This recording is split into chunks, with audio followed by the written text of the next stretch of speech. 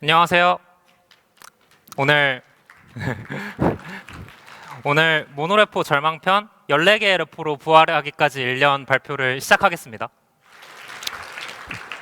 플렉스웹 제품은 모든 제품이 일주일에 한 번 모두 나가는 정기 배포라는 프랙티스로 전체 웹 제품이 배포가 되고 있었습니다. 그리고 제가 속한 웹 클라이언트 플랫폼 팀은 그 과정을 더 이상 하지 않고 각 스쿼드의 주관으로 제품을 배포할 수 있도록 배포 프로세스를 수정하는 일을 했습니다. 그 과정에서 거대한 모노레포를 14개의 레포지토리로 쪼개는 일을 했습니다. 이 일을 1년 5개월 동안 했어요. 꽤 긴 시간이죠. 오늘 발표에서 이야기해 볼 주제는 팀과 제품에 맞는 적정 코드베이스 구조를 위해서 무엇을 꼭 알아야 하는가에 대해서 얘기해 보고자 합니다. 팀과 제품이 커지면서 개발자들이 일하는 코드베이스 역시도 큰 도전을 직면하게 됩니다. 플렉스팀은 3년 동안 프론트엔드 개발자가 3배 늘었고 제품의 크기도 폭발적으로 커졌는데요. 이런 상황에서 모노레포 해체와 정기 배포 그만두기 프로젝트를 하면서 얻은 깨달음의 가장 엑기스만 뽑아가지고 딱 3개만 얘기하겠습니다. 3개만 말하고 집에 가도록 하겠습니다. 근데 이 3가지를 저희도 알기 싫었어요. 이것을 알기 위해서 너무 많은 그 시간과 노력이 필요했었습니다. 이게 팀과 제품이 조금 더 작았을 때부터 신경 쓰면 좋았을 텐데, 혹은 이제 이런 거 하지 말걸, 이런 것들이 이제 엄청 나오더라고요.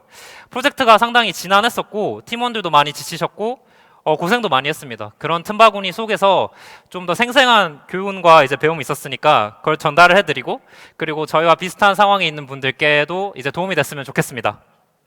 자, 이제 제 소개를 하면 될 것 같은데, 오늘 이야기를 들려드릴 저는 김종혁이라고 합니다. 앞에서 말씀드렸듯 플렉스팀 웹클라이언트 플랫폼 팀 소속입니다. 프로덕트 엔지니어라는 직함으로 일을 하고 있고요. 웹클라이언트 플랫폼 팀은 플렉스팀의 FE 개발자들을 위한 개발을 하고 있습니다.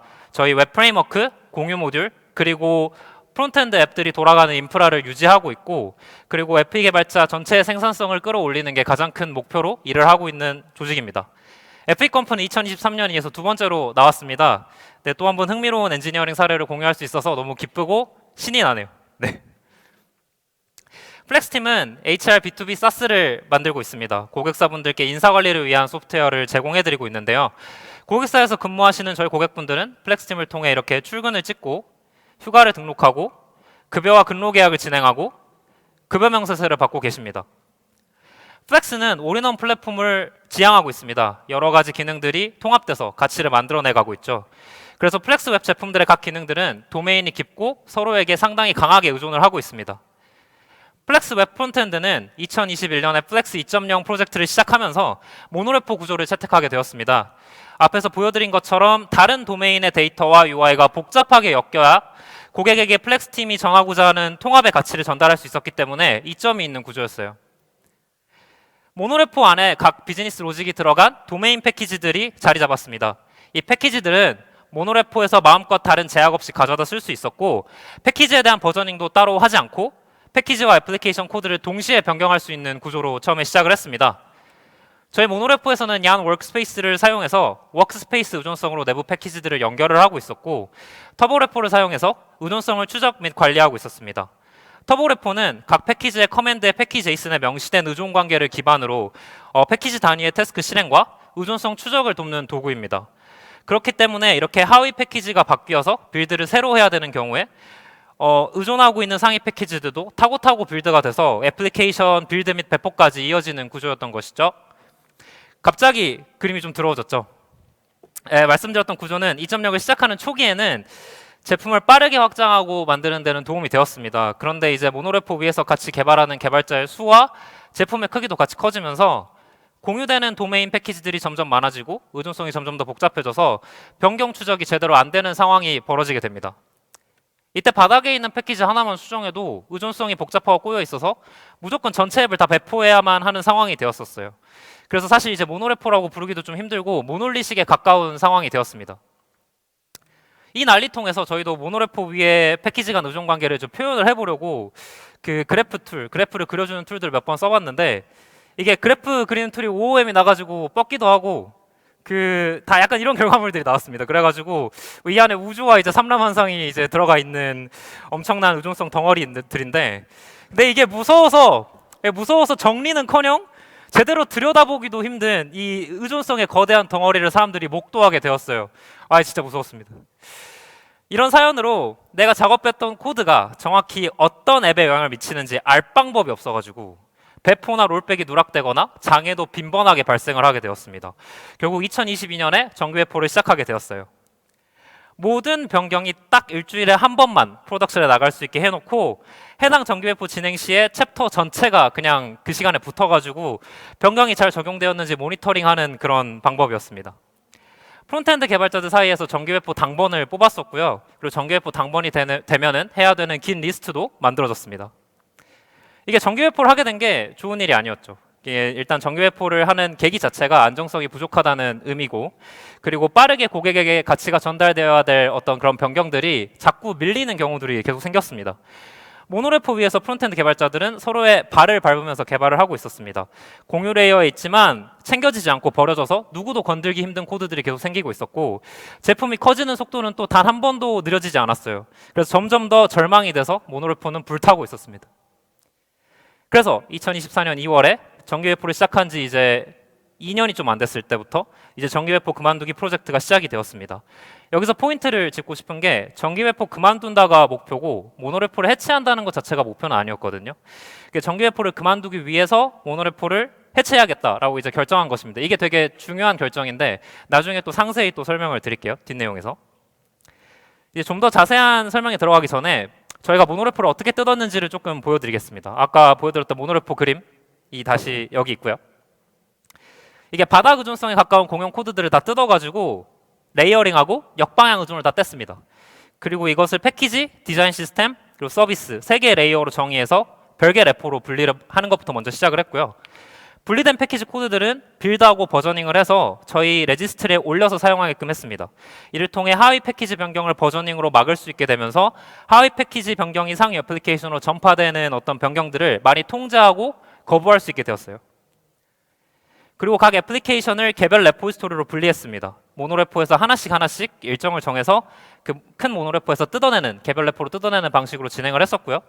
처음에는 하나의 앱을 개별 레포로 뜯어내는데 2달이 걸렸었는데 의존성이 정리되고 마이그레이션 노하우도 이제 같이 쌓이다 보니까 점점 더 빠른 속도로 애플리케이션을 내보낼 수 있었습니다. 전체 애플리케이션을 다 뜯는 데는 한 8개월 정도 걸렸고 개별 레포로 뜯으니 이제 특정 코드 변경 시에 영향을 받는 애플리케이션을 쉽게 특정할 수 있게 돼가지고 각 레포에서 어떤 앱을 언제 배포해야 되는지 좀 자유롭게 정할 수 있게 되었던 것 같아요. 이러한 모든 일을 9개의 마일스톤으로 나누고 각 마일스톤을 짧으면 1달, 길면 4달까지 진행했습니다. 작업 진행 경과를 꽤 높은 해상도로 가시화하려고 되게 노력을 많이 했었고요. 그리고 무슨 일이 언제 끝나는지 진척도를 표현을 많이 했었습니다. 그래서 굉장히 고된 작업이었는데도 불구하고 끝까지 해낼 수 있었던 것 같아요. 이렇게 14개의 레포로 분리를 하고 되게 최근인 이제 7월 초에 전사공지로 지금까지 3년간 162번 진행된 프론트엔드 정규 배포를 그만둔다는 공지를 올렸습니다. 뭐 슬랙에서 평생 받을 따봉 다 받았고 저한테 굉장히 의미가 컸었는데요. 2022년에 이제 최초의 정규 배포 당번이 저였거든요. 그래서 2025년에 제가 마지막으로 정규 배포를 끝내게 되었습니다. 이게 일단 진짜 회사 오래 다니고 볼 일이죠. 진짜 요원했거든요. 이 기술 부채가 너무 약간 뿌리까지 너무 커가지고 이거를 수정하는 게 너무 요원해 보였는데 울며 겨자 먹기로 결정한 이제 조직의 어쩔 수 없었던 결정들을 팀이 포기하지 않고 결국 해결해낸 게 멋지고 되게 자부심이 있는 순간이었습니다. 플렉스팀 프론트엔드 챕터는 이렇게 정규 배포를 끝낼 수 있게 됐는데요.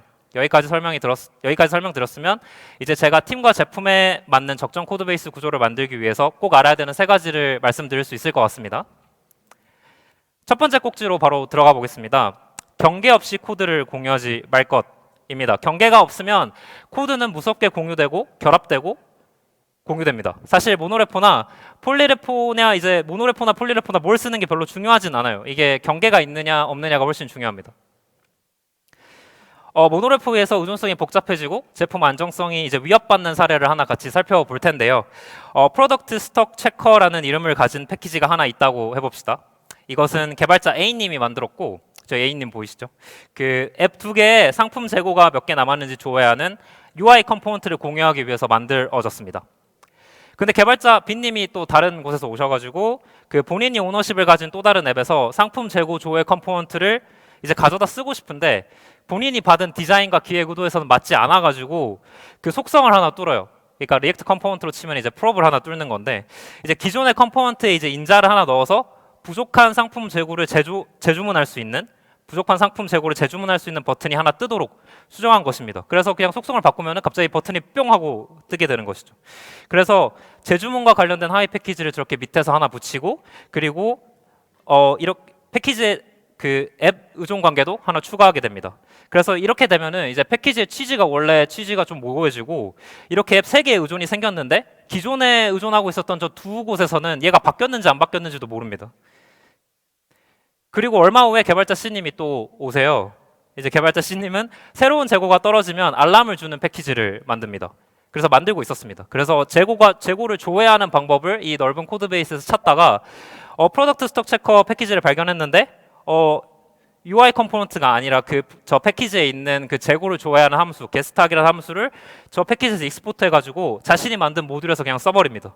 그리고 기존 앱과 새로운 앱의 의존 관계를 저 리오더란 패키지와 이 애플리케이션 하나 더 추가합니다. 이미 너무 좀 복잡해지는 게 눈에 좀 보이시나요? 네, 감사합니다. 그러다가 원래 이 패키지와 관련된 이제 맥락이 가장 깊으셨던 저기 위에 계셨던 개발자 A님이 퇴사를 하셔가지고 조직이 안 남아있게 되시는 거예요. 그러면 이제 이때부터 이 패키지는 건들면 무조건 터지는 위험한 코드 취급을 받게 됩니다. 그리고 나타난 개발자 D님이 용감하게 오랜만에 또 프로덕트 스톡 체커 패키지의 게스트학 함수를 고쳤는데, 이게 안타깝게도 실수를 하시는 바람에 그 게스트학 함수와 의존하는 모든 앱에서 장애가 나게 돼요. 예시가 좀 극단적으로 보일 수 있지만 진짜 복잡하고 큰 코드 베이스에서는 일어날 수 있는 일입니다. 저희가 2022년도에 정규 배포를 시작할 때 이런 크고 작은 일들이 계속 일어났었어요. 개발자들은 가장 빠른 작업 경로를 위해서라면 자신의 작업 환경에서 가용한 코드들을 모두 사용하고 생산성을 위해서 또 그게 권장되어야만 한다고 생각을 해요. 저런 방식으로 코드를 사용했다고 저 개발자 C님이나 이런 분들 비난하고 욕하면은 이제 조직의 효율성을 생각하지 않는 사람이 된다고 생각합니다. 그래서 규칙이 없이 이론상 이제 모든 코드를 공유할 수 있는 모노레포는 그 복잡성을 감당하기가 너무 힘들어지는 것이죠. 쓰지 말자, 우리 이렇게 하자, 약간 이런 캠페인들이 되게 공허할 뿐입니다. 그냥 키가 아직 다 크지 않는 어린애가 이제 그 선반 위에 정말 맛있는 빵이 있고 이게 자기 키보다 높은 선반에 있다고 해보겠습니다. 이 아이가 저 멋진 빵을 꺼내는 것을 포기할까요? 포기하지 않습니다. 이 효자손을 가지고 와서 어떻게든 저 선반 위에 있는 빵을 떨굴라 그러거든요. 근데 저 빵이 코드입니다. 저 빵이 코드고 효자손으로 건드려서 떨어뜨릴 수 있다는 거는 쓸 수 있다는 얘기예요. 먹을 수 있다는 얘기입니다. 이 현상은 아까 예시에서 모노레포의 개발자 C님이 익스포트를 추가해서 특정 패키지의 코드를 뽑아 쓴 것과 상당히 유사합니다. 앞에서 말씀드렸던 상황이 발생하지 않도록 하려면은 경계를 세우는 것이 사실 몹시 중요한 거거든요. 그래서 또 다른 모노레포 도구인 이제 NX를 개발하는 NX팀에서는 모노레포를 잘 정의된 프로젝트 간의 잘 정의된 프로젝트 간의 조합이라고 말합니다. 모노레포 내부의 프로젝트 간 경계가 잘 수립되지 않으면 모노레포의 이점을 얻기 어렵다는 말로도 해석할 수 있고요. 모노레포의 형태를 가지고 있어도 이 경계라는 것이 제대로 정의되어 있지 않다면 이제 모노레포가 아닐 수도 있다, 이런 말이기도 합니다. 잘 정의된 프로젝트 간 경계는 코드 간 참조할 수 있는 관계와 그렇지 않은 관계를 정의합니다. 코드베이스의 복잡도가 급격하게 상승하는 것을 막고 제품의 예측 가능성도 높이는 것이죠. 저희는 이러한 경계를 수립하기 위해서 모노레포를 폴리레포로 쪼개는 방식을 택했습니다. 모노레포를 유지하면서 경계를 수립하는 방식을 채택을 할까, 폴리레포로 갈까 이제 고민을 좀 했었던 건데, 저희가 그렇게 결정한 배경에는 모노레포를 해체함으로써 얻는 장점이 단점보다 많다는 판단 때문이었어요.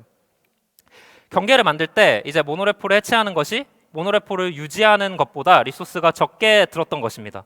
정규 레포를 빨리 끝내는 게 그것 때문에 가능했고, 그리고 레포를 쪼개서 자연스럽게 경계를 만들고 경계 내부의 안정성을 자연스럽게 만들 수 있었어요. 경계 내에서는 어떤 문제가 생겨도 경계 밖의 코드베이스 그냥 물리적으로 떨어져 있으면은 거기에 영향을 주기가 되게 어렵기 때문이죠. 단점으로는 모노레포 위에서 이제 모든 PR들이 한 레포지토리에 계속 올라오다 보니까 이게 업무 공유가 상당히 편했었는데 이런 것들이 더 이상 되지 않는다는 점, 그리고 컨벤션을 아주 강력하게 강제하는 방법들이 좀 떨어지기 때문에 코드가 파편화될 수 있다는 점, 그리고 원자적 커밋, 여기서 말하는 원자적 커밋은 모노레포에서 그냥 특정한 몇 개의 커밋만으로 전사가 일하는 방식이나 툴링에 영향을 미칠 수 있는 그런 방식들이 더 이상 기능하지 않게 된다는 점이었습니다. 하지만 언급한 단점들은 이제 다른 방식을 이용해서 감당할 수 있으리라 생각했어요. 챕터의 많은 개발자들이 경계가 주는 안정성에 공감을 하고 있었고 모노레포를 해체하자는 의견으로 많이 모아지게 되었습니다. 아까 모노레포 유지보다 모노레포 해체가 더 이제 리소스가 더 적게 든다는 말씀을 드렸는데 모노레포 위에서 적절한 경계를 만드는 툴링은 정말 많은 비용을 필요로 합니다. 크면 클수록 더 그렇고요. 반면 이제 그 레포지토리를 쪼개면 이러한 툴링에 대한 리소스를 사용하지 않아도 되고 자연스럽게 경계가 만들어지게 돼서 경계를 만드는 데 드는 리소스가 적었다. 그러니까 저희 이제 그 툴링의 어떤 그 방식에서는 이게 좀 더 맞았다라는 설명을 좀 드리게 된 것 같습니다. 몇만 명이 개발하고 있는 전사 모노레포를 쓰는 것으로 유명한 구글은 이제 모노레포를 유지하기 위해서 여기 보시는 것처럼 정말 많은 도구들을 사용하고 있습니다. 자체 개발해서 쓰고 있죠. 모노레포의 강점을 유지하기 위해 정말 많은 인력과 리소스를 사용하고 있습니다. 모노레포 위에서 툴링으로 경계를 수립하는 것이 이처럼 쉽지 않다는 것을 보여드리려고 이 내용을 준비했습니다. 다음 두 번째 꼭지로 넘어가 보겠습니다. 팀과 제품에 맞는 적정 코드베이스를 만들기 위해 알아야 되는 두 번째, 코드베이스를 복잡한 상태로 방치하지 말아야 합니다. 사람이 인지할 수 있는 의존성과 그리고 버전의 개수는 한계가 있습니다. 플렉스 웹 제품 모노레포의 문제들은 유기적으로 연결이 돼 있었습니다. 크고 방치되어서 패키지와 의존의 개수가 개발자의 인지 범위를 넘어갔고 의존성이 너무 많아서 기능 하나를 붙일 때도 알아야만 하는 패키지가 너무 많았어요. 하위 패키지를 고칠 때 영향을 받을 상위 애플리케이션이나 패키지를 약간 제대로 특정이 안 됐기 때문에 이러니까 코드 변경이 어렵고 굉장히 두려워집니다. 이 코드 변경이 두려워진다는 게 진짜 개발팀 입장에서는 정말 엄청난 손해가 아닐 수 없는데 이 때문에 팀의 속도가 느려지고 개발 문화까지 이제 악영향을 끼치게 됩니다. 기어가 쉬운 코드베이스에서는 왼쪽의 그림처럼 이제 작업자가 어떤 코드를 변경하는지 정확히 알고 비교적 안전한 환경에서 정원에 이제 피어난 식물을 관리하듯이 물을 주고 약간 이런 식으로 코드를 개선하게 됩니다. 이를 통해 개발자는 효용감을 얻고 나 개발할 만한데 이런 생각도 하고 제가 이제 기여한 어떤 공유 모듈들을 다른 분들이 써주고 박수를 막 이렇게 쳐주니까 되게 좋은 환경에서 일을 하게 되는 거거든요. 그리고 이것이 이런 환경에서 식물도 무럭무럭 자라고 좋은 공용 모듈들도 많이 만들어지고 그리고 개발 조직의 생산성도 같이 올리게 됩니다. 근데 아까 말씀드렸던 이제 절망적인 복잡하고 방치된 이제 모노레포에서는 어떨까요? 강한 자들만 살아남을 수 있습니다.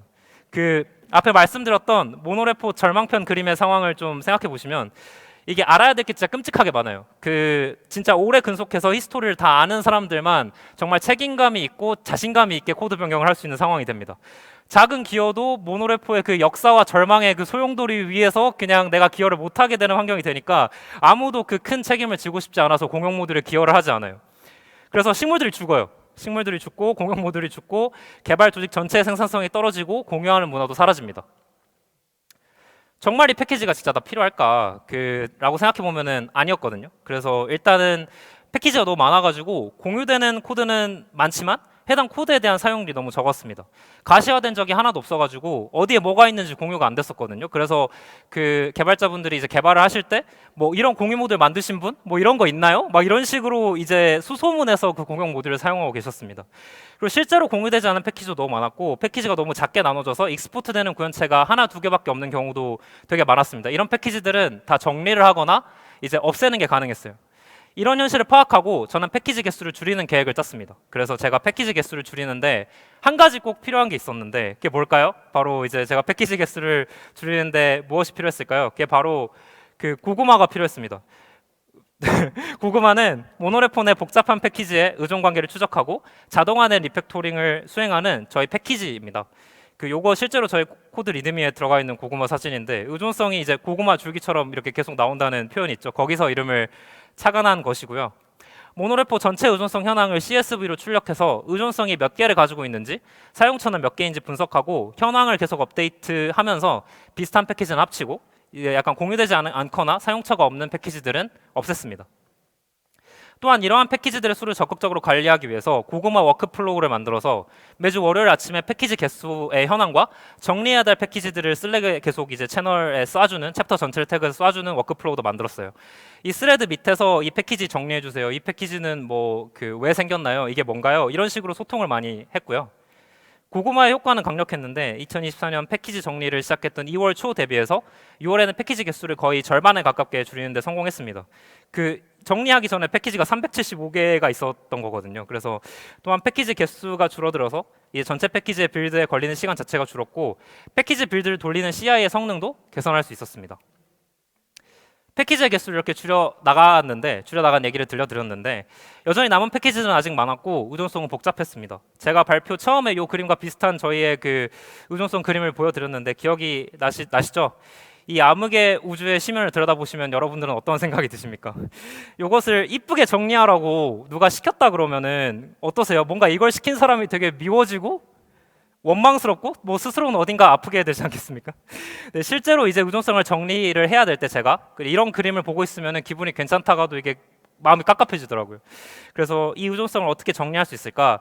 개발자들이 이해할 수 있을 정도로 어떻게 코드베이스의 난이도를 낮춰드릴 수 있을까를 이제 고민이 많았었는데 이렇게 생긴 의존성을 정말 오른쪽처럼 정말 예쁘게 역방향 참조 없는 트리 모양으로 정리하려면 아마 퇴사할 때까지 의존성만 뜯어도 못할걸요?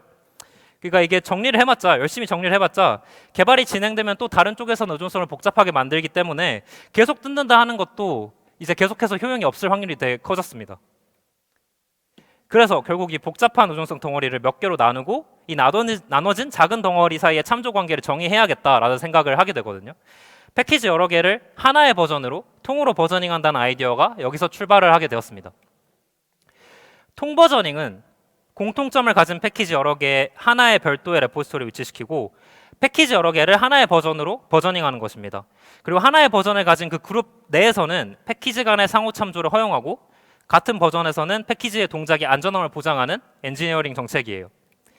애플리케이션 레포지토리의 패키지.json 루트에는 FlexScopeVersions라는 플렉스팀 프론트엔드 챕터에서만 쓰이는 이 필드를 만들고 거기에 이 3개 패키지 레이어의 버전을 관리합니다.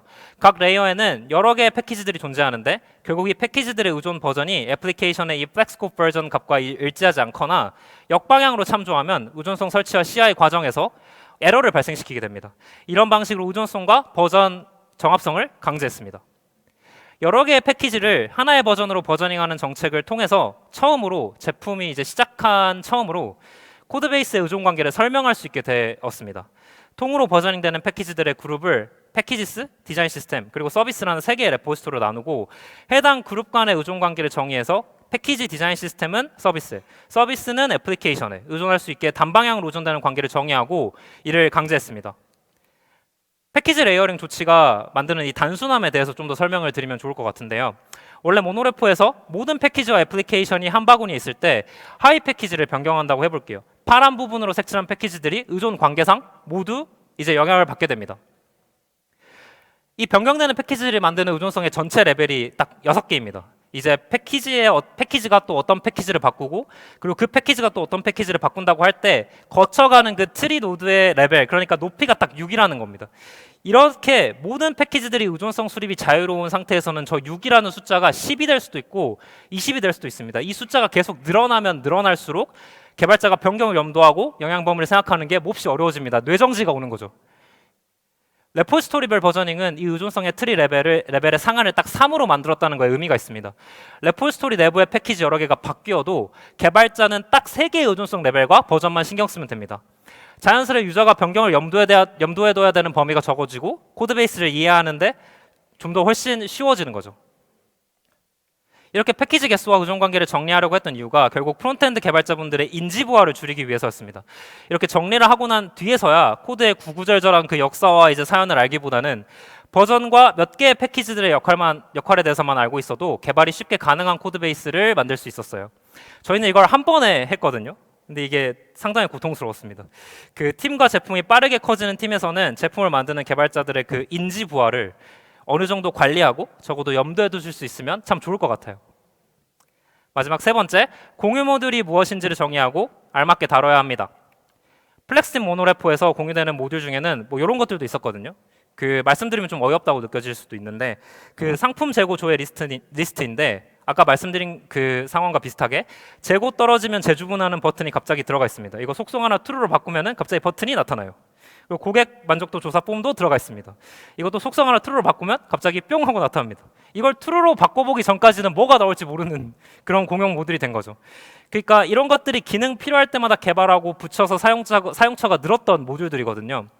근데 이 정도가 되면 원래 재고조회 리스트는 더 이상 공유하기가 힘들어지게 됩니다.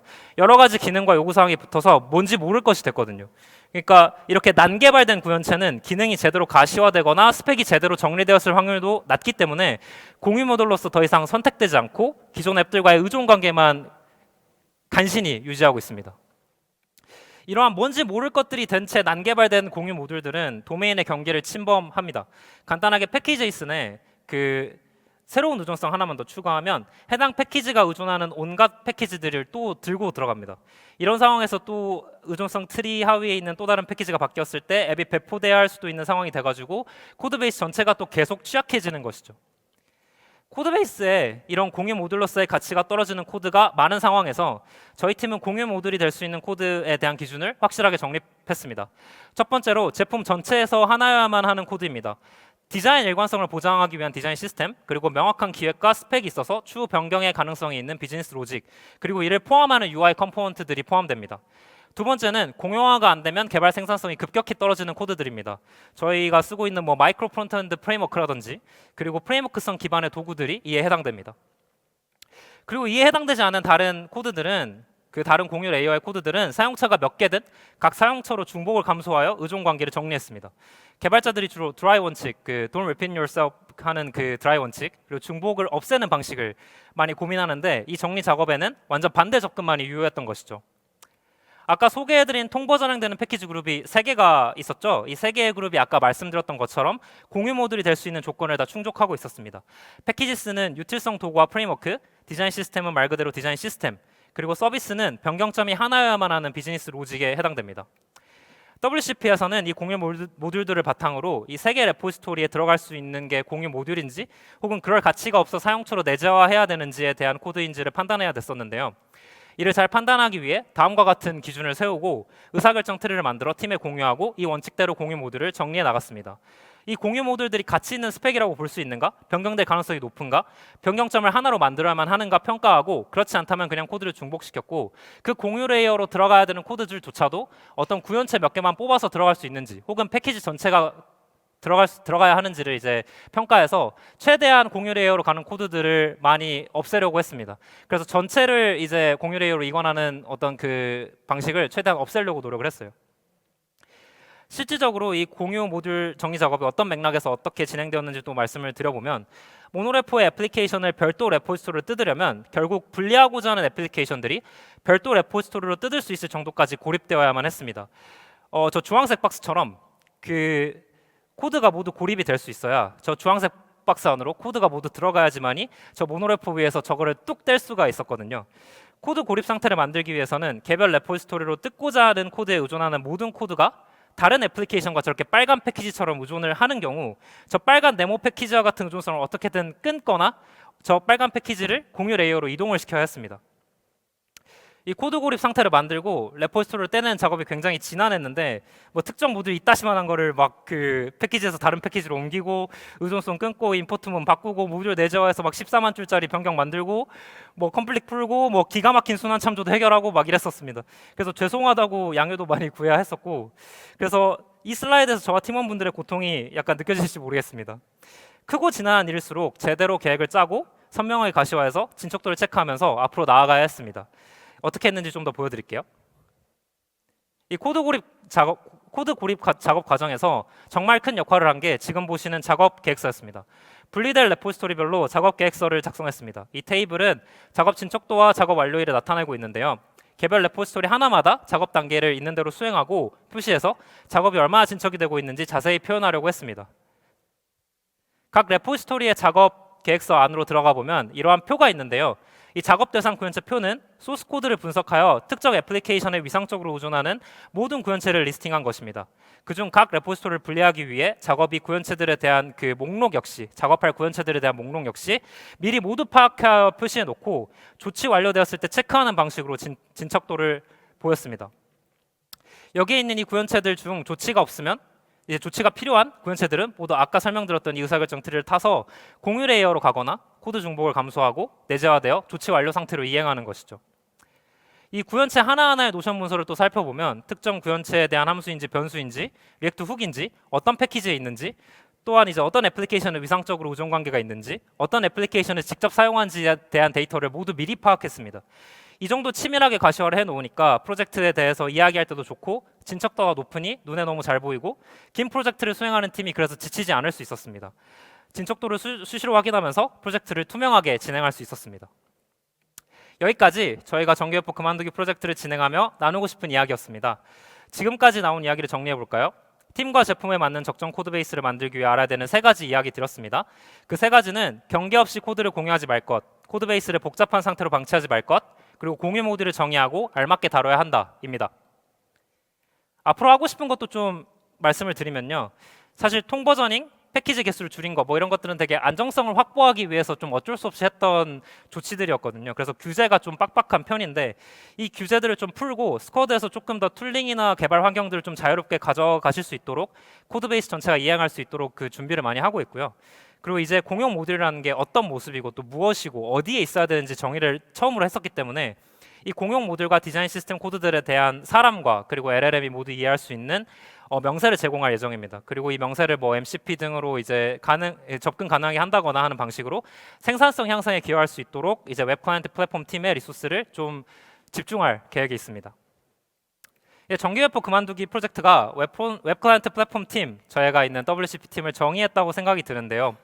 저 그림에 같은 옷을 입은 분들이 이제 WCP 팀원인데 솔직히 3년쯤 했으면 이게 이제 그냥 너무 익숙해져가지고 바꿀 필요성도 안 느껴져요. 그러니까 근데 이제 그런 상황에서도 저희 팀은 이제 이렇게 배포하는 게 맞을까?